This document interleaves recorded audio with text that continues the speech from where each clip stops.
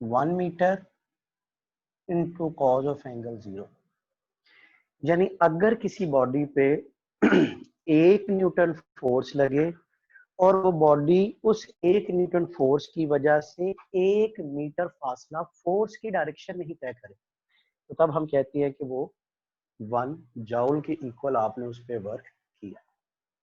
ठीक है, अगर किसी बॉडी पे 1 न्यूटन फोर्स अप्लाई हो और वो बॉडी 1 मीटर फासला फोर्स की टर्म में तय करे, कवर करे, और कितना हो 1 जूल हो। जब हम लोग बात करते हैं इसके यूनिट्स के हवाले से, तो जो यूनिट होता है ना वर्क का, यूनिट्स ऑफ वर्क या एनर्जी, आपको पता है एनर्जी या वर्क के यूनिट, वर्क एनर्जी ही है असल में।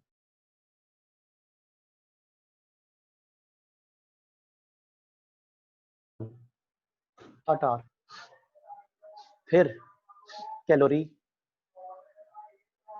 फिर जूल, फिर अर्ग, और फिर इलेक्ट्रॉन वोल्ट। ये 5 यूनिट एनर्जी के। अच्छा ये समझा दूं, आप लोगों ने पढ़ा था ना, अगर मैं सीजीएस में लेके जाऊं इसे, सीजीएस में, ये तो एसआई में है ना, तो सीजीएस में क्या होगा, 1 जूल और 1 न्यूटन होता था 10 रेज़ टू पावर 5 डाइन्स, और 1 मीटर होता है किसके बराबर, raise to power centimetre, that will be 10 raised to power 7 9 centimeter, that is known as अर्ग। क्या बोलते हैं इसे, अर्ग। अब किलोवाट आवर, इन सारों के रिलेशन अगर देखे जाएं तो क्या कह सकते हैं कि भाई किलोवाट आवर होता था 1 kilowatt hour equals to 3.6 mega joule. ये 1 कैलोरी होता है 4.18 जूल, और ये तो joule as it is 1 joule. Erg होता है किसके बराबर, 1 joule equals to 10 raise to power 7 erg, और 1 इलेक्ट्रॉन वोल्ट आप कह सकते हैं 1 equals to 6.25 10 raise to power 18 electron volt. अब ये सारे पैरामीटर्स आपके पास आ गए। इसका मतलब है अगर आप एनर्जी के यूनिट्स को देखो तो kilowatt hour, 1 kilowatt our is greater than 1 calorie, is greater than 1 joule, is greater than 1 erg, is greater than 1 electron volt. इसका मतलब है किलोवाट आवर सबसे बड़ा यूनिट है एनर्जी का, और ये जो किलोवाट आवर होता है यही आपका कमर्शियल यूनिट ऑफ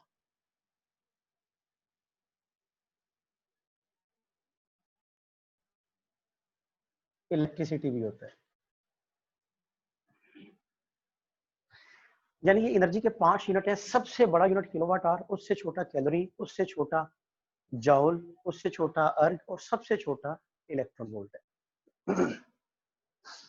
ठीक है जी, जल्दी से अब इसका जरा ले लीजिएगा स्क्रीनशॉट ले लो, अगर यहाँ पे तक कोई क्वेश्चन है तो पूछ सकते हो, फिर आगे चल रहे हैं।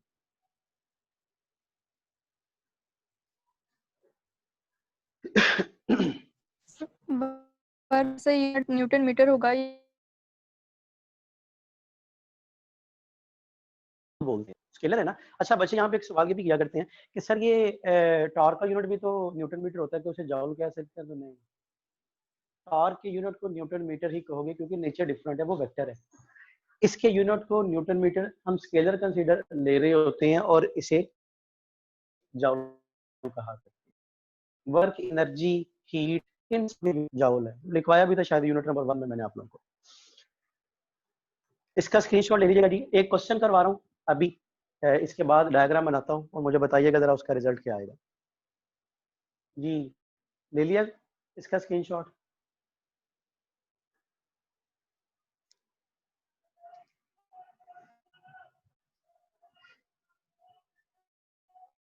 चल अब देखिएगा जरा क्वेश्चन। सर रुके, ये जो आपने जी लिखा था CGS में हाँ हाँ 10 to the power 5 डाइन, ये हाँ जी न्यूटन की वैल्यू होगी।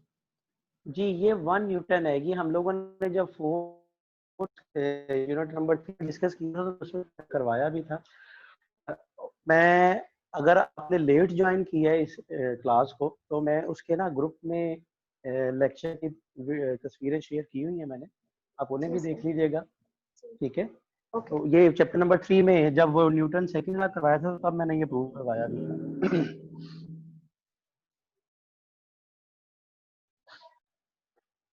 एक सवाल है, एक क्यों है,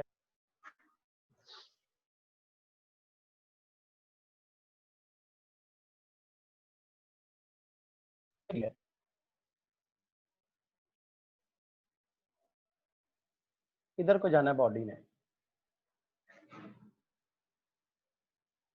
फोर्स लग रही है एफ, ये एंगल थीटा बन रहा है।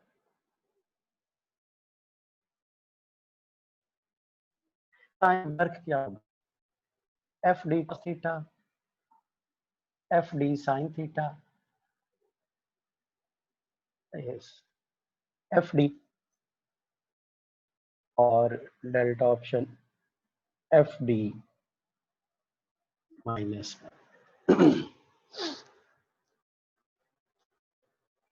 हाँ जी,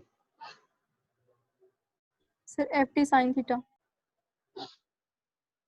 कैसे? सर एंगल वर्टिकल के साथ बन रहा है। गुड, कल एक टेक्निक बताई थी मैंने कहा था कि अगर एंगल हॉरिजॉन्टल के साथ बनता हो तो टॉर्क में साइन आता है, और वर्टिकल बन रहा होगा तो टॉर्क में कॉज आ जाएगा। अब एंगल हॉरिजॉन्टल के साथ बनता हो वर्क में कॉज आ जाता है, और अगर एंगल वर्टिकल बनता हो तो वर्क में साइन आ जाता है। अब देख भी लीजिएगा, इसे सॉल्व करें। भाई हमने कहा कि हमें तो फोर्स का वो कंपोनेंट चाहिए होता है जो कहाँ पे हो, डिस्प्लेसमेंट की डायरेक्शन में। कंपोनेंट बनाए तो एक तो ये बन गया ना, ये बन जाएगा थीटा के साथ वाला एफ कॉस थीटा, और थीटा के सामने वाला एफ साइन थीटा। अब देखो कौन सा कंपोनेंट है जो डिस्प्लेसमेंट की डायरेक्शन में है, तो एफ साइन थीटा डिस्प्लेसमेंट की डायरेक्शन में है ना, तो फिर मेरे पास वर्क क्या आ जाएगा, that is F sine theta into D, that is F D sine theta. जी ये पॉइंट क्लियर हो गया? जी बताइएगा जरा। सर दोबारा एक दफा एक्सप्लेन कर दे।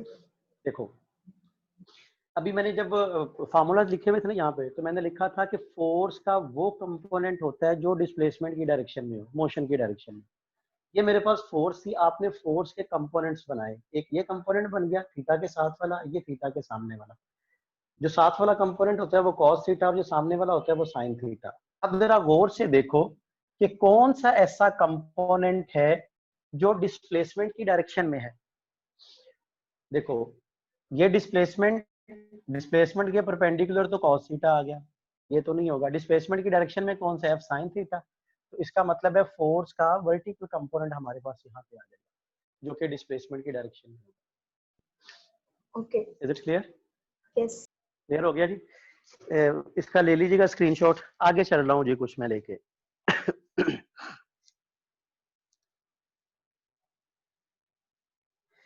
अब कुछ प्रॉपर्टीज पे डिस्कशन करनी है हम लोगों ने कि वर्क की प्रॉपर्टीज क्या है, कि वर्क कहाँ कहाँ पे पॉजिटिव हो सकता है, कहाँ कहाँ पे नेगेटिव वर्क हो सकता है, कब कब वर्क जीरो होगा।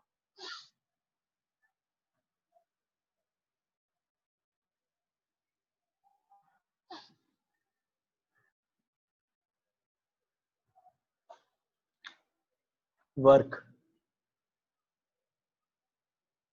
जी क्या आएगा, नंबर 1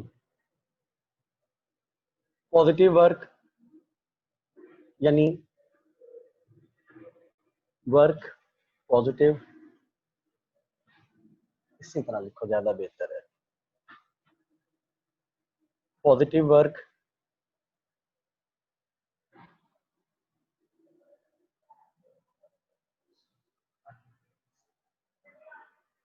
जीरो वर्क,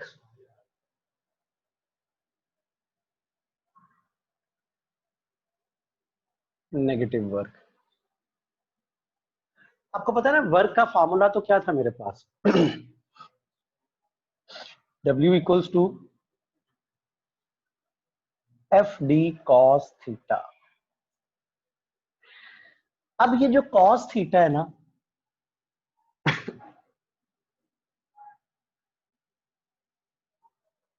इसने डिसाइड करना है कि वर्क पॉजिटिव है या वर्क नेगेटिव है।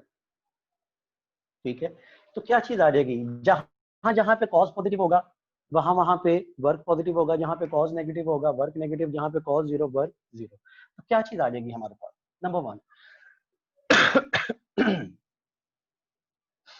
If theta greater than equals to 0 degree and less than 90 degree कहां पे मौजूद होगा, फर्स्ट क्वाड्रेंट में। तो work W will be positive. ठीक है, W equals to F D cos theta. Zero work कब होता है जी, वर्क जीरो कब हो सकता है, अभी मैं सिर्फ एंगल के लिहाज से डिस्कस कर रहा हूं। जीरो वर्क की कुछ कंडीशन, नंबर वन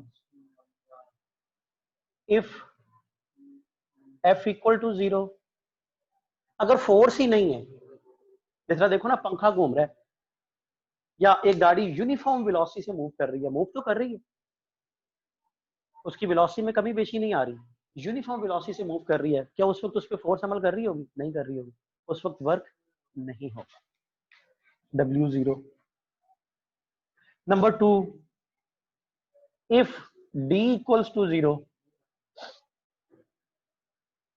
अब D इक्वल्स टू जीरो का मतलब कि भाई ये दीवार है, आप इस दीवार पे फोर्स लगा रहे हो, अब फोर्स लग रही है लेकिन डिस्प्लेसमेंट कवर नहीं हो रहा, वर्क क्या होगा, जीरो। और number three if theta equals to 90 degree, theta 90 degree क्या हो, फोर्स और डिस्प्लेसमेंट दोनों एक दूसरे के परपेंडिकुलर हो जाए, तब भी वर्क जीरो होता है। इसकी बहुत सी एग्जांपल आपने पढ़ी हुई है, इसकी एग्जांपल में सेंट्रीपिटल फोर्स भी आ जाती है,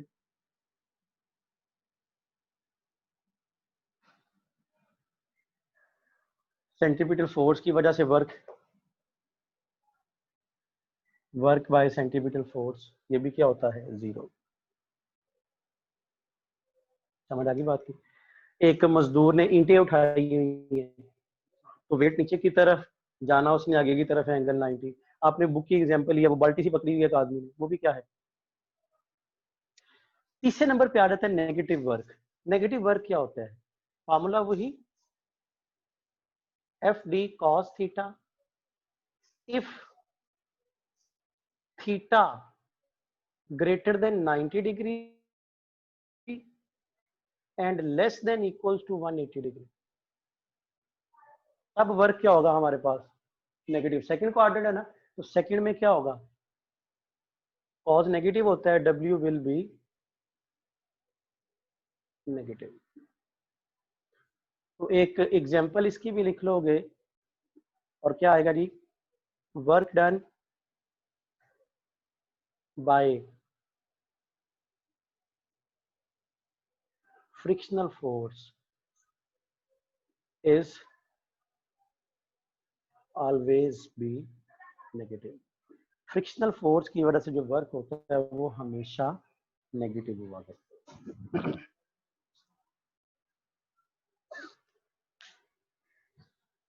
समझ आ गई बात की,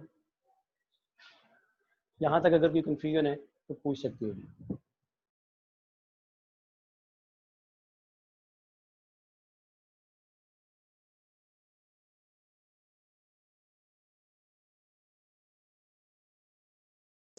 सर जी बोलिएगा। ये सब क्वाड्रेंट्स की एंगल्स बता दें। क्वाड्रेंटल एंगल्स की जब हम लोग बात करते हैं ना, ये 0 degree, 90, 180, 270, 360, this one first quadrant, second, third, fourth. 90 के दरमियान रहोगे तो फर्स्ट क्वाड्रेंट है। यहाँ पे साइन कोस टेन तीनों पॉजिटिव होते हैं, यानी एस सी टी तीनों पॉजिटिव होते हैं। सेकंड में चलो, एस पॉजिटिव होगा, कॉस और टेन दोनों नेगेटिव होंगे। यहाँ पे साइन कॉस दोनों नेगेटिव होते हैं और टेन पॉजिटिव होता है। और चौथे में साइन और टेन दोनों नेगेटिव और कॉस पॉजिटिव होता है। ठीक है जी। Okay sir. जहां जहां पे कॉज नेगेटिव होगा वहां पे वर्क नेगेटिव होगा, जहां जहां पे कॉज पॉजिटिव होगा वर्क पॉजिटिव होगा, जहां पे कॉज जीरो होगा वहां पे वर्क भी जीरो होगा। इसे जरा स्क्रीनशॉट ले लीजिएगा, फिर इससे आगे चल रहा हूँ मैं।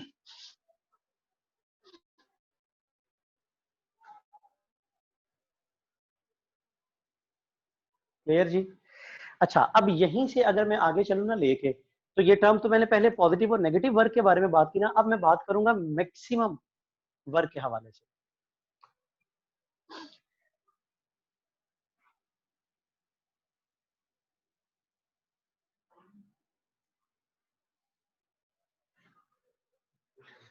जी, मैक्सिमम वर्क क्या होगा, मिनिमम वर्क क्या होगा, इस चीज को हम लोगों ने देखना है।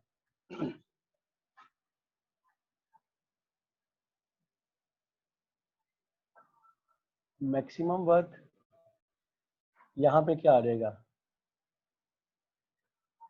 ये पॉजिटिव मैक्सिमम वर्क होगा, ये जीरो वर्क और ये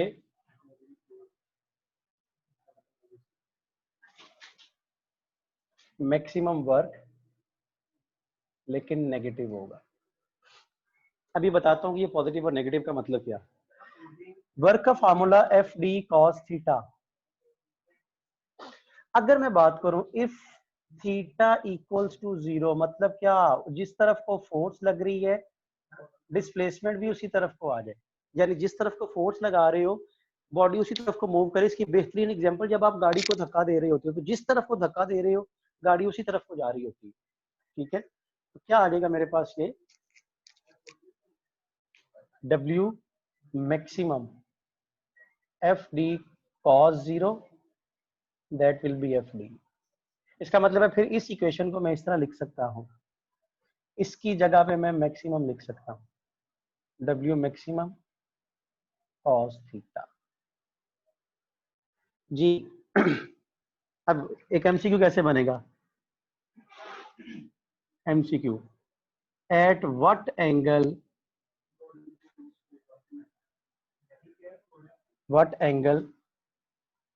between F and D the work done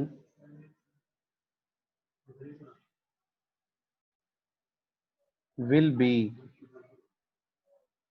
50% of its maximum value।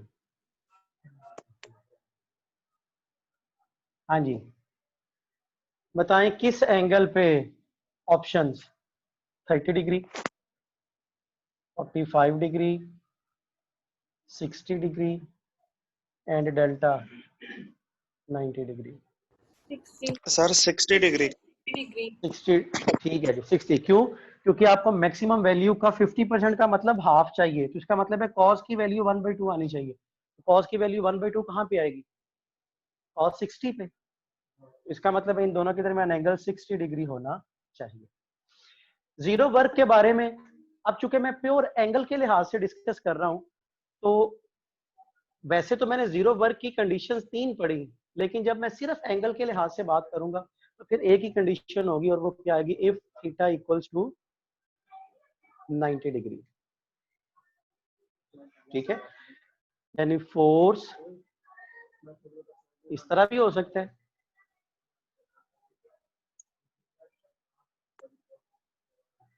तो सर 270। समझ नहीं आई सर 270 डिग्री पे भी तो हो सकता है ना। हाँ जी, याद रखिएगा डॉट और क्रॉस प्रोडक्ट, डॉट प्रोडक्ट, ठीक है, और क्रॉस प्रोडक्ट, इन दोनों में कॉज या साइन आता है और इन दोनों के लिए कंपलसरी कंडीशन होती है कि थीटा 0 से बड़ा 180 के बराबर या छोटा होगा। अगर आप 270 लोगे तो वो तो बड़ा है, वो क्लॉकवाइज डायरेक्शन में आप 90 कंसीडर कर रहे होते हैं, ठीक है। तो डॉट और सर क्रॉस यूएचएस के कंपलसरी, एमसीक्यूज में ये चीज आई थी 270। हाँ, तो वहां पे ऑप्शन कौन कौन सी थी? सर ये जो मैं आपको बता रहा हूँ यही वर्क डन वाला एमसीक्यूज आप वो आया हुआ यूएचएस में 2017 में शायद, जिसमें 270 मैं ऑप्शन में था। नहीं, उसमें मजीद उसके साथ क्वेश्चन था क्या और मजीद ऑप्शंस क्या आएंगी, ये भी तो देखना है ना आपने। सर सर मैं आपको व्हाट्सएप कर दूंगा वो क्वेश्चन ना। चले, मैं देख लूंगा, अगर वो ऐसा कोई डिस्कस होगा करने वाला तो मैं क्लास में ही डिस्कस कर दूंगा, ठीक है। अच्छा, उसके बाद हमारे पास आ जाएगा क्या, मैक्सिमम वर्क लेकिन नेगेटिव। अच्छा, इसकी एग्जांपल में अगर आप लोग बात करोगे ना तो इसकी एग्जांपल में क्या होगा? हाँ जी, क्या आएगी इसकी एग्जांपल? पहले भी डिस्कस की है 90 डिग्री वाला। इसकी एग्जांपल बेहतरीन ये बन सकती है, जिस तरह अगले आर्टिकल में आएगी भी, और वो क्या बन सकती है कि ग्रेविटी की वजह से आप हॉरिजॉन्टल मूव करो। अगर ग्रेविटी की वजह से हॉरिजॉन्टल मूव करोगे तो क्या होगा?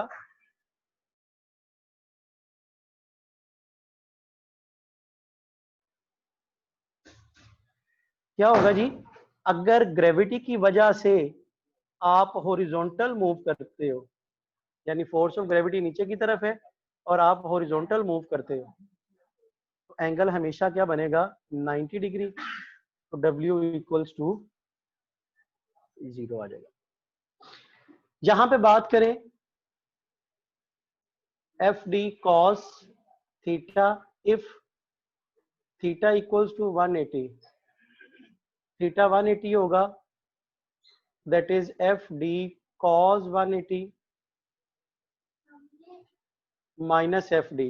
वर्क नेगेटिव होगा लेकिन मैक्सिमम होगा। अब इसका मतलब क्या है कि यहाँ पे फोर्स और डिस्प्लेसमेंट दोनों एक दूसरे के एंटी पैरेलल है, ये एंगल 180 बन रहा है। और इसकी एग्जांपल में मैंने आपको क्या बताया, अभी लिखवाया भी था कि work done by frictional force. अच्छा, यहाँ पे जब हम लोग बात करते हैं इसकी कोई और एग्जांपल कि जहां पे आप पहुंची के वर्क नेगेटिव आएगा, यानी फोर्स आप एक तरफ लगा रहे हो, बॉडी उससे ऑपोजिट जा रहा हो,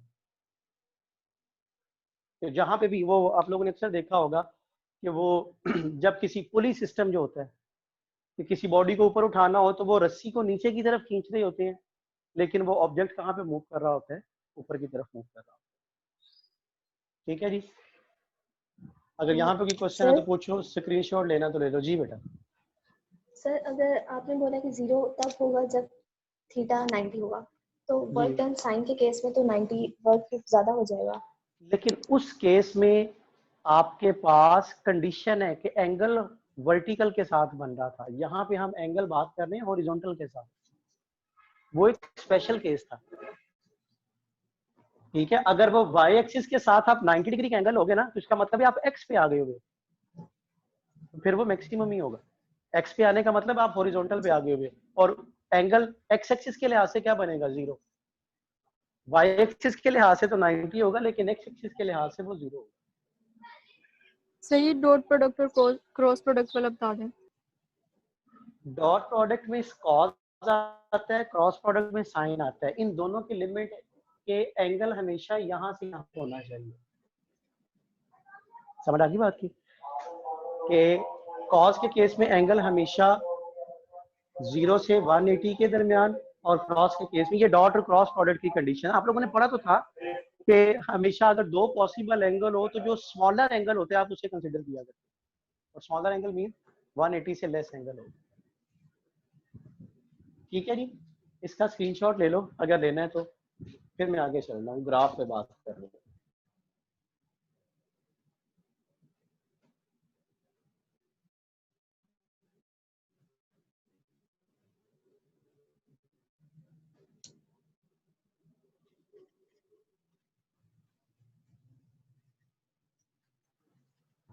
जी क्लियर है?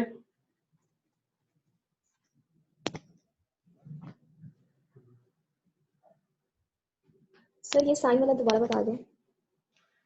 साइन वाला देखो, वो साइन की जो कंडीशन थी ना बेटा, वो कंडीशन थी एक स्पेसिफिक, जब आप एंगल कहाँ पे बना रहे थे, वाई एक्सिस के साथ, वर्टिकल के साथ, तब साइन आता था। सही है। जब आप कहते हो 90 डिग्री का एंगल बना वाई एक्सिस के साथ, तो वाई एक्सिस के साथ 90 डिग्री का एंगल बनने का मतलब है आप एक्स पे आ गए हो भैया। तो तब जनरल फार्मूला कॉस क्या था? जनरल फार्मूला तो कॉस है ना, एक्स एक्सिस के साथ वाला। तो जब वो एक्स एक्सिस पे आ गया है तो एक्स एक्सिस के साथ एंगल कितना बन रहा होगा? 0, और cos 0 कितना होगा? 1, वर्क मैक्सिमम होगा। यानी रिलेशन से इंफॉर्मेशन वेरी नहीं करेगी, इंफॉर्मेशन वही मिलेगी जो पहले मिल रही। अंडरस्टूड है ना कि आप वाई एक्सिस के साथ 90 डिग्री पे एंगल पे चले गए, तो वाई एक्सिस के साथ 90 डिग्री का एंगल हमेशा कहाँ पे बनेगा? एक्स एक्सिस पे बन रहा। फॉलो किया बात को कि नहीं? जी ये पॉइंट क्लियर हो गया?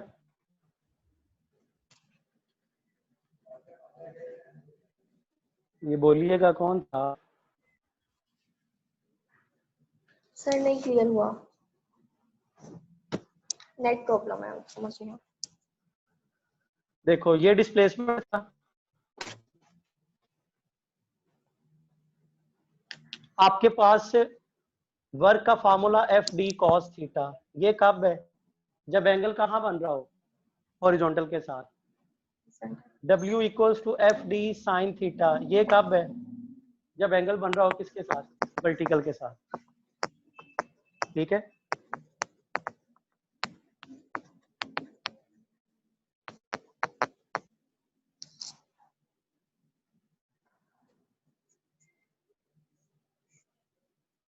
अब जरा गौर से देखिएगा, मैं कहता हूं वर्टिकल के साथ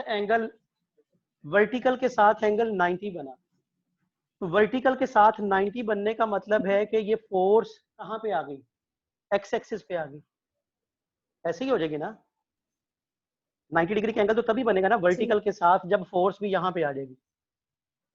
अब मुझे बताओ फोर्स और डिस्प्लेसमेंट एक दूसरे के साथ क्या है? पैरेलल।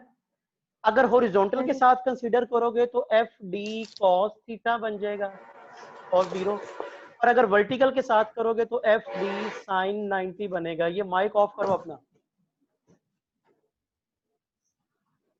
हॉरिजॉन्टल के साथ बन जाएगा F D cos theta, vertical के साथ बन जाएगा एफ डी साइन 90।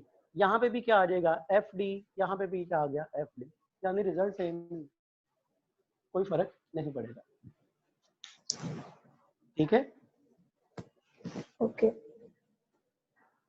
ये माइक ऑफ करो अपना, मुसलसल शोर आ रहा है आपकी तरफ से ना, माइक ऑफ करो। ठीक है जी, उससे आगे हम लोग चलते हैं। ये तो हो गया हमारे पास वर्क के हवाले से, positive, negative, maximum, minimum work. यहाँ पे कोई कंफ्यूजन है तो पूछो जी। चलें, स्क्रीनशॉट ले लिया होगा आपने इसका, आगे चल रहे हैं।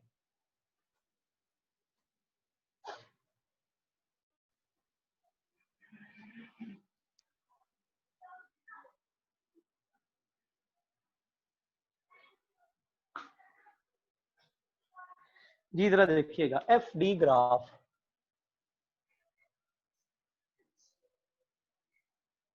Force displacement graph. याद रखिएगा, 2 पॉइंट याद रखने हैं। If F and D are parallel to each other. Sir मैं कब से आपसे सवाल पूछ रही हूँ, आप जवाब ही नहीं दे रहे। कौन सा सवाल आपने पूछा है? सर मैं आपसे एमसीक्यूज का पूछ रही थी, एमसीक्यूज की नहीं समझ आई मुझे। आपका मुझे कोई जवाब सवाल नहीं आया, अगर आया होता तो मैंने साथ नहीं करना। क्या सर शायद समझ फिर नहीं यहाँ आई? पे प्रॉब्लम हो गई हो, लेकिन ना मैं कब से आपसे दे- पूछ रही हूँ, आपको आज नहीं जा रही। बेटा आपके एंड पे प्रॉब्लम हो सकता है, मुझे अगर आवाज आई होती, अभी भी तो आ रही है ना। अच्छा चलिए सर, कौन सॉरी, आप मुझे बता कौन से दीजिए। वाले कौन से वाले एमसीक्यूज की बात कर रहे हो? सर ये जो पहले आपने समझाया ना एमसीक्यूज, मैंने आज फर्स्ट डे मतलब लिया है, तो मुझे समझ नहीं आया वो क्या आपने बताया। नहीं तो आज ये यूनिट स्टार्ट भी हमने आज ही की है, मतलब यूनिट। चले मैं आता हूँ दोबारा ना उस पर, मैं भी आता हूँ। वो जो मैंने अभी वो 90 डिग्री और 0 डिग्री वाला लिखा था, वो वाले एमसीक्यू की बात कर रहे हैं? ये जो अभी आपने पहले लिखा है, जो 60 वाला बच्चे ने बताया आपको, तो 60 इसका आंसर है। अच्छा वो तो चले मैं बताता हूँ अभी बताता हूँ दोबारा। If F and D are parallel to each other, then graph is plotted between F and D. याद रखोगे, अगर दोनों पैरेलल हो तो ग्राफ बनाया जाएगा एफ और डी के दरमियान। Number 2, if F and D are at some angle theta to each other, then graph is plotted between f cos theta and d। याद रखना, अगर f और d पैरेलल हो, क्योंकि हम लोग कांस्टेंट फोर्स पे बात कर रहे हैं, अगर f और d पैरेलल हो तो फिर ग्राफ ड्रॉ किया जाता है f और d के दरमियान। अगर f और d किसी एंगल पे मौजूद हो तो फिर ग्राफ ड्रॉ होता है किस किस के दरमियान, f cos थीटा और d के दरमियान। अच्छा, अब वर्क की बात की जाए, आपको बताया था एफ डी ग्राफ है, तो टेक्निक यहाँ पे फोर्स, यहाँ पे डिस्प्लेसमेंट। तो बताया था आपको कि वर्क हमें दो तरह की वर्क कह रहा हूँ, किसी भी किस्म का ग्राफ जो है वो ग्राफ हमें दो तरह की इंफॉर्मेशन दे रहा होता है। भाई वो दो तरह की इंफॉर्मेशन कौन कौन सी होगी? नंबर 1, एक तो स्लोप होती है, स्लोप ऑफ ग्राफ। अगर एफ डी ग्राफ की बात करूं, that is F over D, Y over X होता है ना, ये न्यूटन पर मीटर। ये किस किस का यूनिट दे रहा होता है? ये स्प्रिंग कांस्टेंट भी हो सकता है, और ये सरफेस टेंशन भी हो सकती है, क्योंकि इन दोनों के यूनिट यही होते हैं, न्यूटन पर मीटर। और दूसरा आ जाता है area under F D graph.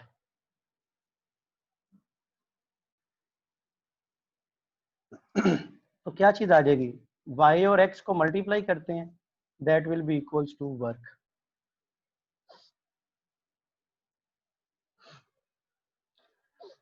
ठीक है, अब वर्क कैसे कैलकुलेट होगा, एक एमसीक्यू पे बात कर रहे हैं जी।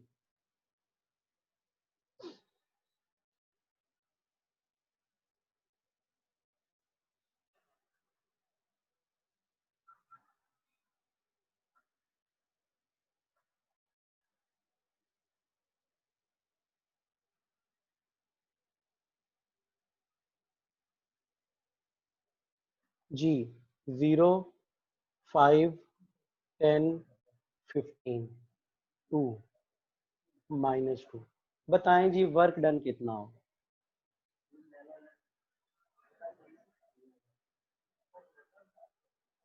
जी वर्क डन क्या आएगा?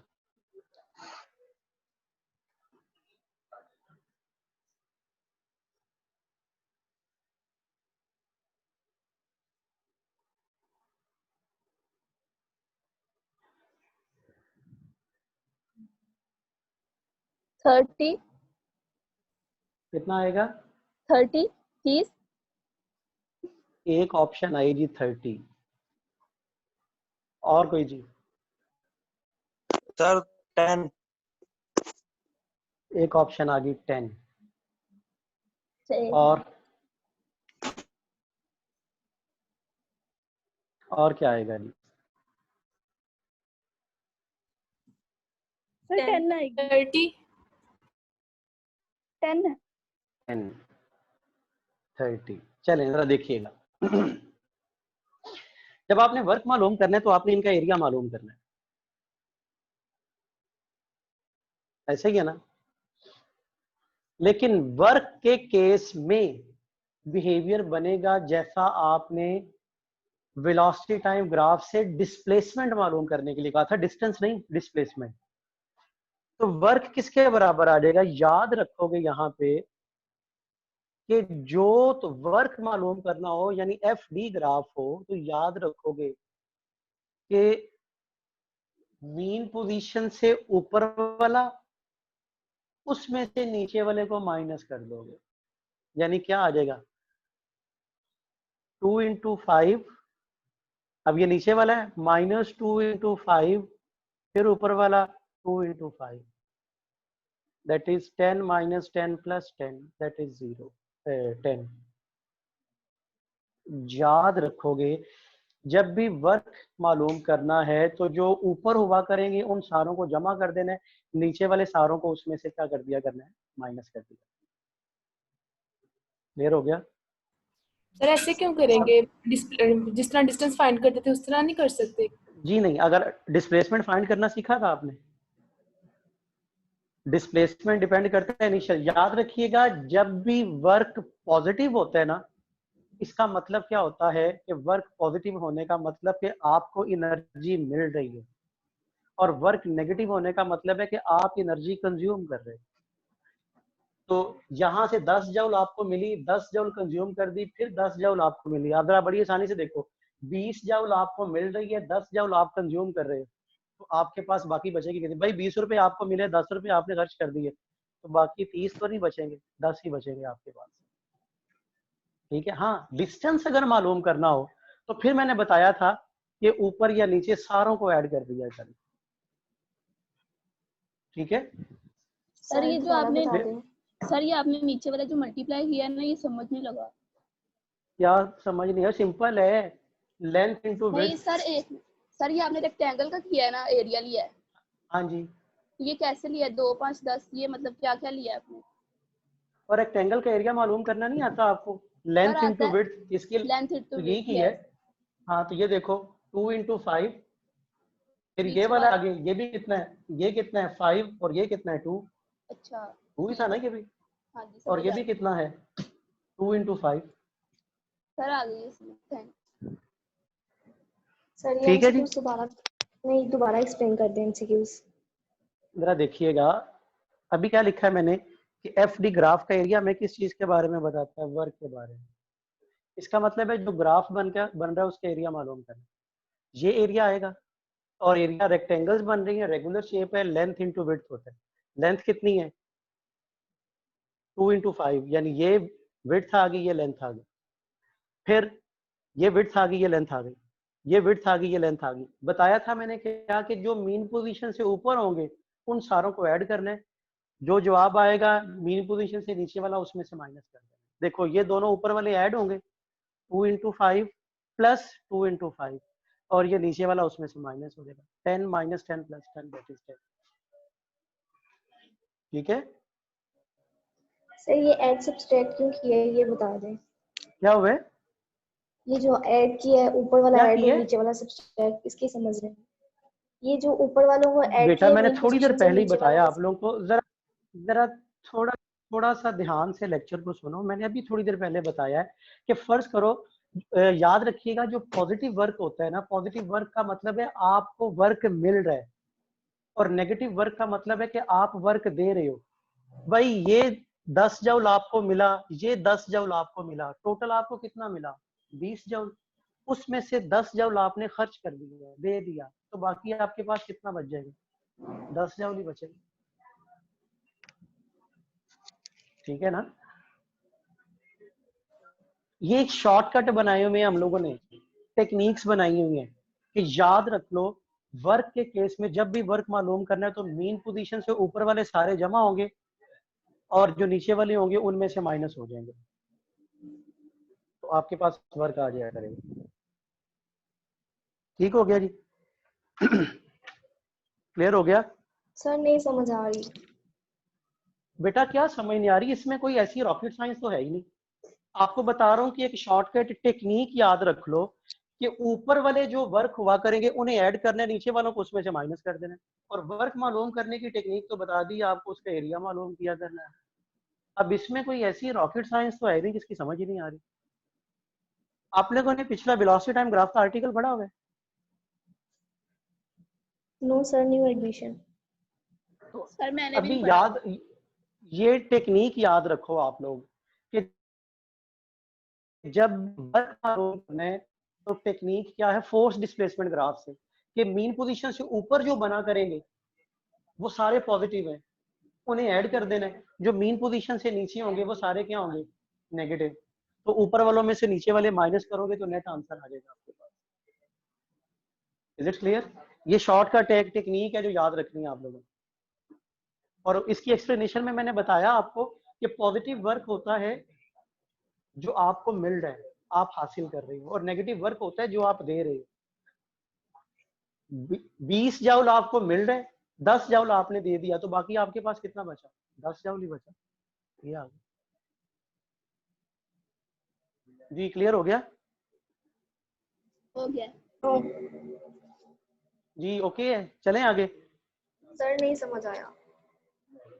ये ऊपर वाले आप ऐड, जो 2 into 5 minus 2 into हाँ 5, हाँ ये जी। 2 into 5 ऊपर वाला है, इनको और ये किसमें ऐड देखो, करना है, किसमें substitute? ये फर्स्ट है, ये थर्ड है, ये सेकंड है, ये फर्स्ट है, ये सेकंड है, ये थर्ड है।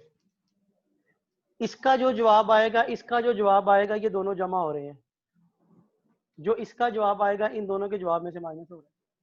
तो यही मैंने किया, ये पहले का, ये तीसरे का, ये दूसरा, उसमें से माइनस हो गया। ठीक है।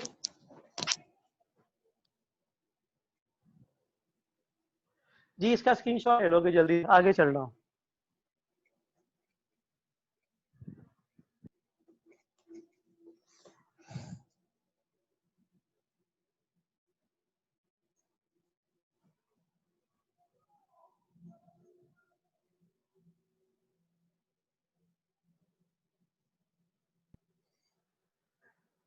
ठीक है जी, नेक्स्ट आगे चल रहे हैं हम लोग।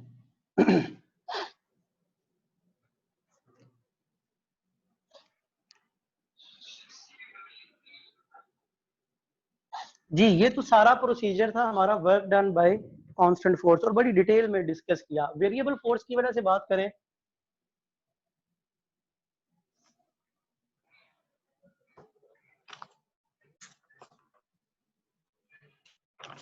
अब वेरिएबल फोर्स क्या होती है? ऐसी फोर्स जिसकी मैग्नीट्यूड मुसलसल चेंज हो रही हो। मसलन इसकी एग्जांपल में क्या आ जाती है?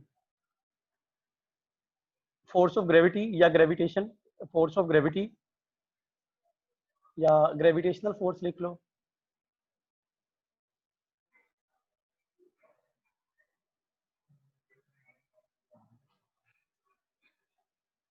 Gm1 m2 over r square. और दूसरी जो है वो रिस्टोरिंग फोर्स,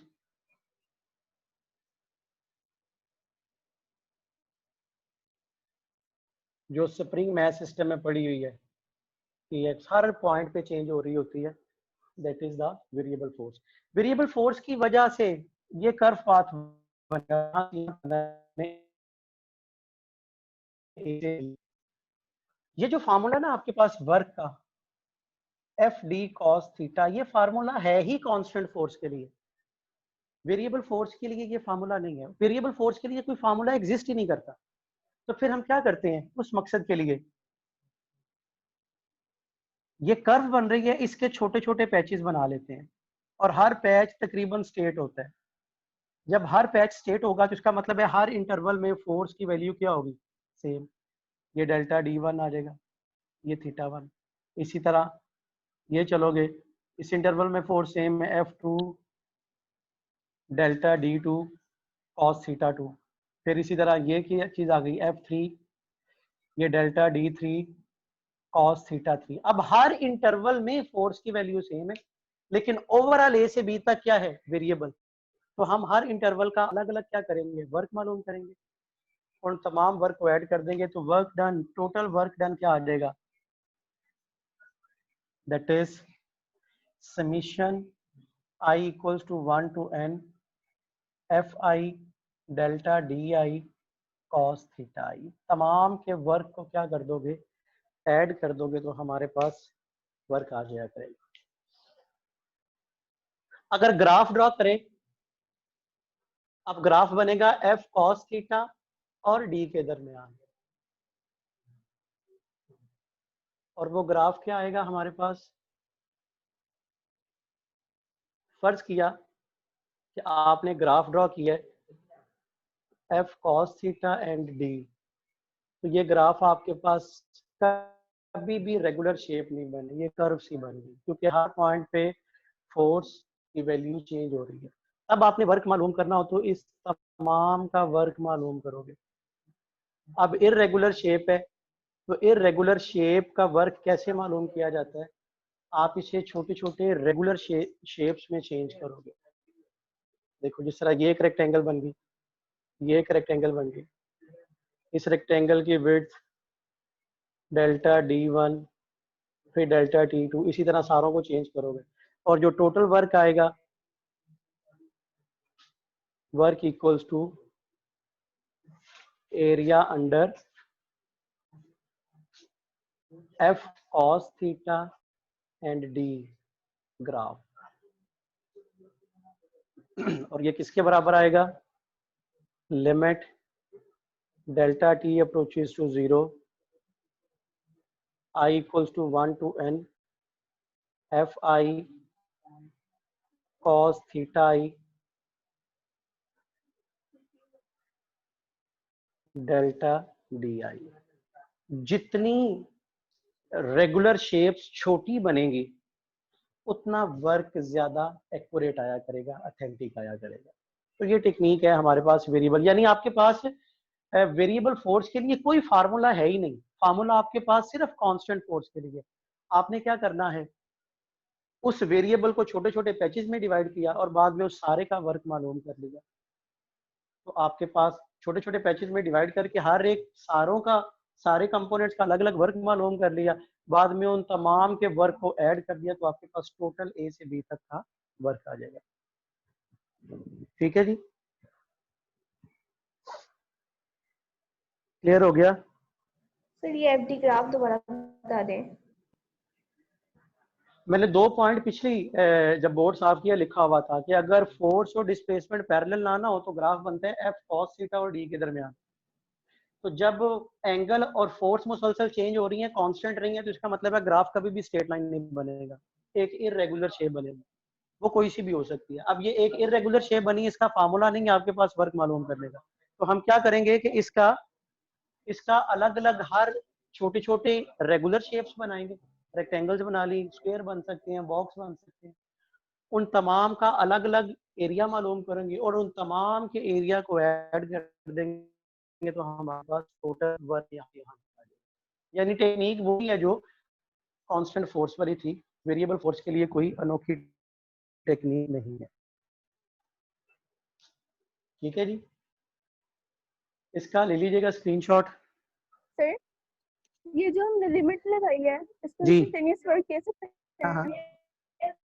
क्या कैसे, इंस्टेंटेनियस नहीं इंस्टेंटेनियस होता है जब टाइम इंटरवल बहुत छोटा, यहाँ पे लिमिट टाइम नहीं है, डेल्टा डी है, ये विड्थ है। जितनी छोटी विड्थ रखोगे ना रेक्टेंगल की, उतनी सही रेक्टेंगल बनने के चांसेस ज्यादा होंगे, उतना वर्क ज्यादा एक्यूरेट आएगा। ये इंस्टेंटेनियस नहीं है, इंस्टेंटेनियस होता है जब टाइम इंटरवल बहुत छोटा हो। ठीक है जी, सर ये चलें आगे तरह देखिएगा। एरिया अंडर उसी फॉर्मूले से फाइंड करेंगे, एफडी से। हाँ जी, जी बिल्कुल। नेक्स्ट हम लोग बात कर रहे हैं work done by gravitational force.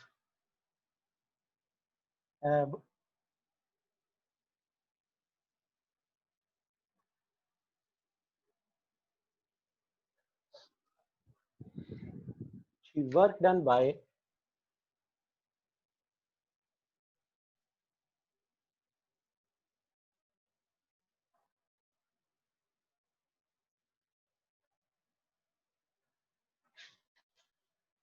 Gravitational force. अच्छा, अब इसमें ना एक बड़ी आसान टेक्निक याद रखनी। आपको पता है फोर्स ऑफ ग्रेविटी हमेशा कहाँ पे एक्ट करती है? डाउनवर्ड। ये अगर एक ऑब्जेक्ट हो आपके पास, इसका वेट कहाँ पे एक्ट करेगा? F, जो कि वेट के बराबर है mg। समझ आई बात की? ये टेबल के ऊपर पड़ा हुआ है।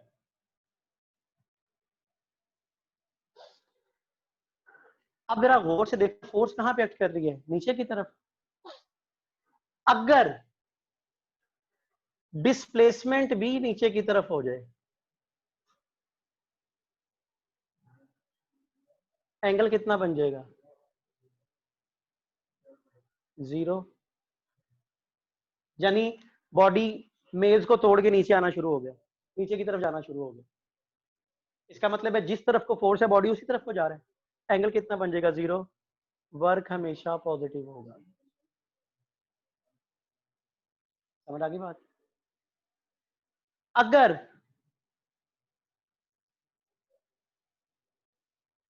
डिस्प्लेसमेंट इस तरफ को आ जाए, राइट साइड पे, इसका मतलब है फोर्स नीचे की तरफ, डिस्प्लेसमेंट इस तरफ को। थीटा कितना बन जाएगा? 90। वर्क क्या आ जाएगा? 0। इसका मतलब है टेबल के ऊपर पड़ा हुआ ऑब्जेक्ट आप हॉरिजॉन्टल मूव करते हो, टेबल के ऊपर ही स्लाइड करोगे तो वेट के साथ उसका एंगल हमेशा 90 बनेगा, वर्क 0 होगा। अगर मैं उस ऑब्जेक्ट को टेबल से उठा के ऊपर ले जाता हूं, डिस्प्लेसमेंट ऊपर की तरफ आ जाए, अब फोर्स नीचे की तरफ, डिस्प्लेसमेंट तरफ, एंगल 180 और cos 180 -1 होता है, नेगेटिव वर्क। ठीक है,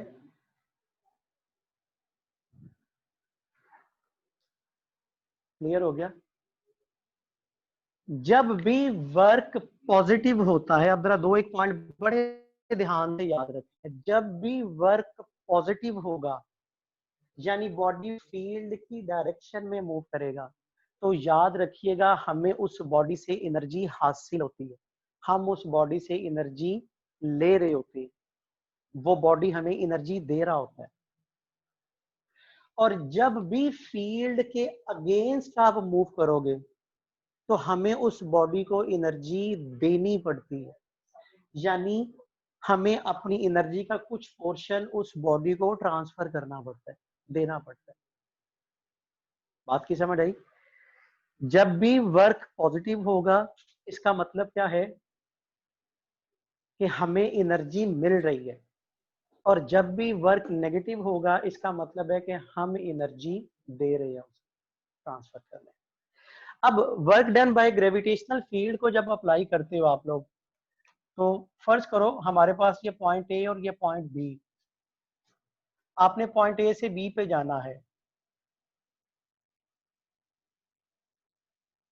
ये पाथ 1। मैं कहता हूँ जी फर्ज किया ए से डी पे गए और डी से बी पे गए, ये पाथ 2, या दूसरा रास्ता ये है कि हम ए से सी पे चले जाएं और सी से बी पे चले जाएं, और तीसरा रास्ता ये है कि आप ए से बी पे चले जाओ। तो पहले पाथ 1 को अगर डिस्कस किया जाए तो path 1 work from A to B क्या बताता है? जरा गौर कीजिएगा, work from A D plus work from D B. अब जरा गौर कीजिएगा, ग्रेविटी की फोर्स तो हमेशा नीचे की तरफ, आप हॉरिजॉन्टल मूव कर रहे हो, फोर्स नीचे की तरफ हॉरिजॉन्टल मूव करो, एंगल कितना बनता था? ये वाला केस बनेगा 90, तो वर्क क्या आ जाएगा? 0। प्लस अब वेट नीचे की तरफ है, डी से बी, जाना आपने कहाँ पे है, ऊपर की तरफ। एंगल कितना बन जाएगा 180, तो वर्क नेगेटिव माइनस mgh आ जाएगा, mg वेट और डिस्टेंस dh माइनस mgh। इसका मतलब क्या है कि आपको इतना वर्क करना पड़ा, नेगेटिव है ना, इसका मतलब है हमने इतनी एनर्जी उस बॉडी को दी। पाथ 2 पे चले अगर,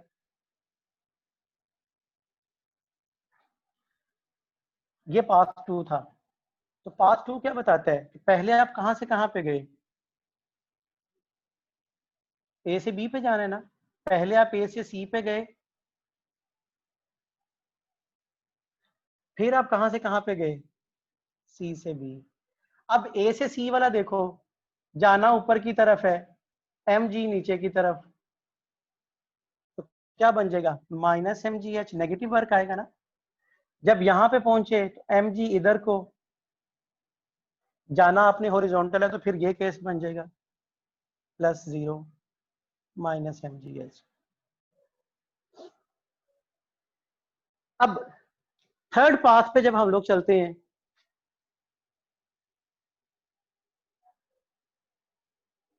तो पाथ 3 आपके पास ये था, ए से बी। अब ए से बी पे जाने के लिए आपने क्या किए, छोटे छोटे पैचेस बना लिए, सीढ़ियां बना ली। अब आपको पता है कि ये सीढ़ियां होंगी, हॉरिजॉन्टल होगा, वर्टिकल होगा, हॉरिजॉन्टल वर्टिकल, हर एक vertical delta y1, delta y2, delta y3।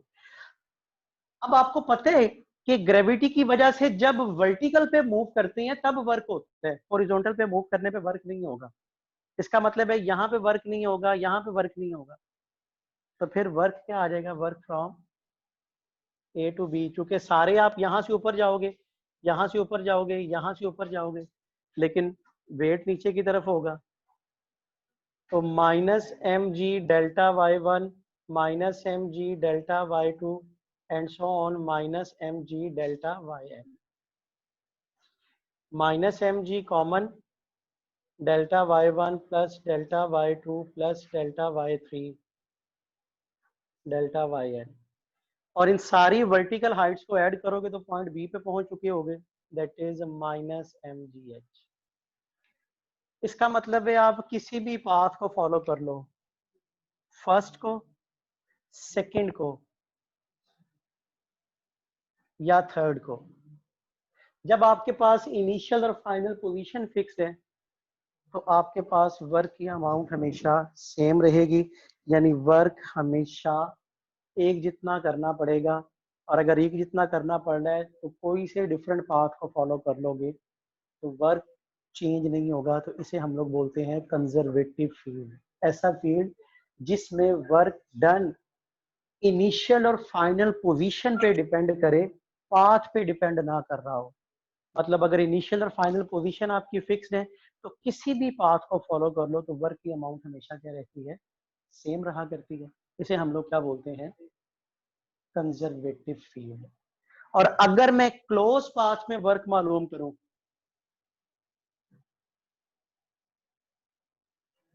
इन क्लोज्ड पाथ, अब क्लोज पाथ कौन सा है, work from A D B, A से डी पे गए, डी से बी पे गए, बी से ए पे आ गए, तो वर्क फ्रॉम क्या आ जाएगा, A D, work from D B plus work from B ए।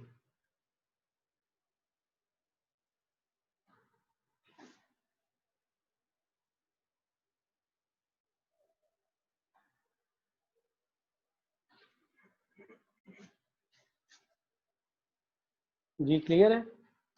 अब जरा देखो, वर्क फ्रॉम ए से डी कितना था, ए से डी 0 था और डी से B minus M G H था। अब जरा गौर से देखो, जब आप ए से बी पे पहुंचे तो आप नीचे से ऊपर गए, इसका मतलब है फील्ड के अगेंस्ट गए, आपको वर्क नेगेटिव करना पड़ा।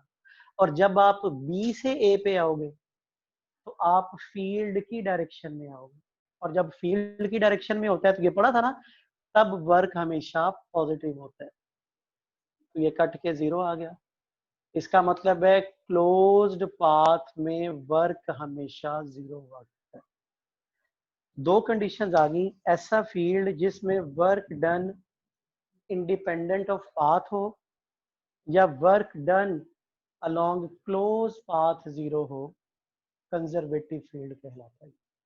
Gravitational field and electric field both are the conservative fields.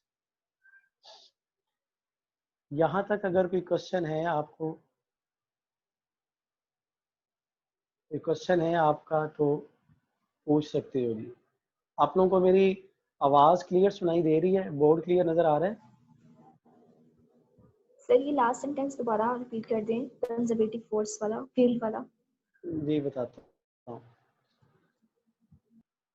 If the work done is independent of path or work done along closed path is equal to 0, such field is known as conservative field. ऐसा field जिसमें work done path पे depend ना करे और जिसमें work done along close path 0 हो जाए, इस फील्ड को क्या बोलते हैं? Conservative field. ग्रेविटेशनल फील्ड और electric field both are the conservative fields.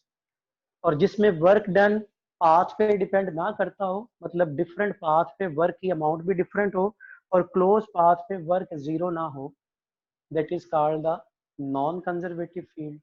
और frictional force is a non conservative force. ठीक है सर जी? जब ग्रेविटेशनल फील्ड में जब हम ऊपर की तरफ मूव करेंगे तो ग्रेविटेशनल पोटेंशियल इंक्रीज होगा।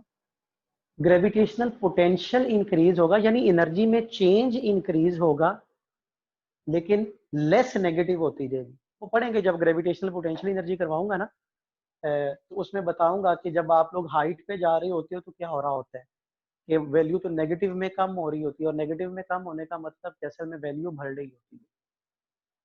ठीक है, चेंज पॉजिटिव ही होता है हमेशा। और याद रखिएगा, जिस तरह हम लोग एनर्जी, पोटेंशियल एनर्जी की बात करते हैं ना, तो पोटेंशियल एनर्जी इंपॉर्टेंट नहीं होती, पोटेंशियल एनर्जी में चेंज इंपॉर्टेंट होता है, कितना चेंज आ रहा है। ठीक है जी, चले जी, आज के लिए इतना ही काम। कल हम लोग बात करेंगे, कल इंशाल्लाह इस यूनिट को वाइंड अप कर देंगे। कल बात करेंगे हम लोग किस पे? पावर पे। उसके बाद एनर्जीज पे बात होगी हमारी, वर्क एनर्जी प्रिंसिपल। अहम टॉपिक हैं दो एक और मजीद, लेकिन आप लोग इसे पढ़िएगा जरूर, एमसीक्यूज लाजमी सॉल्व कीजिएगा, क्योंकि इंशाल्लाह हम लोग कल देखेंगे। सर ये ठीक जो है? आपने करवा डिस्प्लेसमेंट जी जी, सर ये जो आपने चैप्टर करवा दिए एक बार रिपीट हो सकते हैं? अभी तो जो चल रहे हैं उन्हें तो पढ़ो, अब जो रिपीट होंगे वो तो लास्ट के चल के होंगे ना, दोबारा होंगे जब आप लोगों को इसके। कोई जी बुक्स जी वगैरह आपने मतलब बताई हैं बच्चों को? जी, बुक मैंने फिजिक्स की बुक बताई हुई है, जो है मैं आप लोगों को दोबारा दिखा भी देता हूँ। ये आपको अलहादी के करीब जो अदील बुक डिपो है वहाँ से भी मिल जाएगी। ये बुक है फिजिक्स सिंडिकेट बुक। ठीक है, आप लोग इसे ले लो। इस पे more than 110 120 per unit MCQs दिए हुए, अबाउट 3000 एमसीक्यूज है टोटल, और हर एमसीक्यू का सोल्यूशन भी दिया हुआ है, की नहीं लगी सोल्यूशन लगा हुआ है। आप लोग ये ले लो ताकि आप लोग साथ साथ प्रैक्टिस करो। क्या हुआ है सर? टेस्ट कब होंगे हमारे? जी? टेस्ट बस अब ये एक दो यूनिट हो गए हैं कंप्लीट, अब अनकरीब टेस्ट होने स्टार्ट हो जाएंगे, ताकि वो डेली बेसिस पे टेस्ट होंगे फिर आपके। तो ये खुद ही कोई एक हफ्ते के 10 दिन का गैप था, ताकि आप लोगों का कुछ सिलेबस हो जाए, ताकि आप लोग इस सिचुएशन में आ जाओ कि डेली टेस्ट हो सके। अगर पहले लेक्चर से ही टेस्ट स्टार्ट कर देते तो फिर रोला ये हो जाना था वहाँ पे कि आपका सिलेबस कवर नहीं हुआ होना था, लेकिन टेस्ट सर पे आ गया होना था। बस ये एक आधे दिन में या मुमकिन है कि मंडे से आप लोगों के टेस्ट स्टार्ट कर दिए जाएं, ताकि आप डेली बेसिस पे फिर हम टेस्ट में आ सकें। ठीक है जी? सर ये डिस्प्लेसमेंट वाले टॉपिक में क्वेश्चन था कि डिस्प्लेसमेंट नेगेटिव हो सकती है, क्योंकि सर आपने कहा था चेंज इन पोजीशन है। तो चेंज तो दो जी तरह का हो बिल्कुल, सकता है, पॉजिटिव भी और नेगेटिव बिल्कुल भी। हो सकता है। मतलब आप ये कहते हो कि एक बॉडी को आप लेके गए, यहाँ पे 5 मीटर पॉजिटिव एक्स एक्सिस पे, और फिर दूसरी तरफ नेगेटिव एक्स एक्सिस पे 7 मीटर ले गए, तो आपके पास क्या आ जाएगा? डिस्प्लेसमेंट नेगेटिव हो सकता है, बिल्कुल। वो सिर्फ नेगेटिव यहाँ पे डिस्प्लेसमेंट के केस में रिप्रेजेंट करेगा कि आप डायरेक्शन के ऑपोजिट चलेंगे, जहां पे पहले जा रहे थे उससे ऑपोजिट हो गए। Okay sir. ठीक है जी। बाकी इंशाल्लाह हम लोग कल देखेंगे, इसे पढ़िएगा। क्वेश्चन होंगे तो आप लोग, मैंने आपको बताया भी था कि आप व्हाट्सएप कर सकते हो, मुझे पूछ सकते हो। अगर कोई ऐसा क्वेश्चन होगा जो कि मैं समझूंगा कि बोर्ड पे डिस्कस होने वाला है, वो बोर्ड पे डिस्कस कर दिया करूंगा। अदरवाइज अगर कोई ऐसा नहीं होगा तो फिर व्हाट्सएप पे ही उसका रिप्लाई कर दिया करूंगा। इसका स्क्रीनशॉट ले लीजिएगा और स्क्रीनशॉट मुझे ग्रुप में सेंड कर दीजिएगा। बाकी इंशाल्लाह हम लोग कल बात करेंगे। ठीक है जी, वाइंड अप कर रहे हैं क्लास को, बाकी इंशाल्लाह कल देखेंगे। ओके जी, अल्लाह हाफिज।